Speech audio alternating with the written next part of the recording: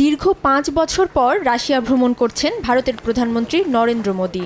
এই সফরে রাষ্ট্রীয় সংবর্ধনার পাশাপাশি ব্যক্তিগত আতিথেয়তারও কোনো কমতি রাখছেন না রাশিয়ার প্রেসিডেন্ট ভ্লাদিমির পুতিন। স্থানীয় সময় সোমবার প্রেসিডেন্ট পুতিনের বাসভবনে তাদের এক অনানুষ্ঠানিক সংলাপের আয়োজন করা হয়। রাশিয়ার পররাষ্ট্র মন্ত্রণালয়ের প্রকাশিত একটি ভিডিওতে দেখা যায় নরেন্দ্র মোদিকে একটি গলফ কার্টে পাশে বসিয়ে নিজেই চালকের আসনে বসে তার বাসভবন ঘুরে দেখাচ্ছেন পুতিন।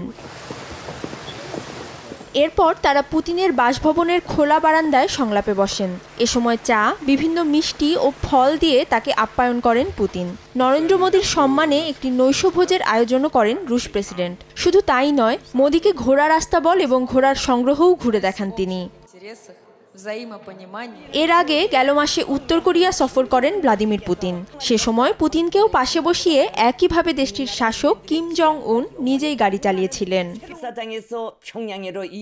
অধরা শ্রেয়সী অথই, সময় সংবাদ।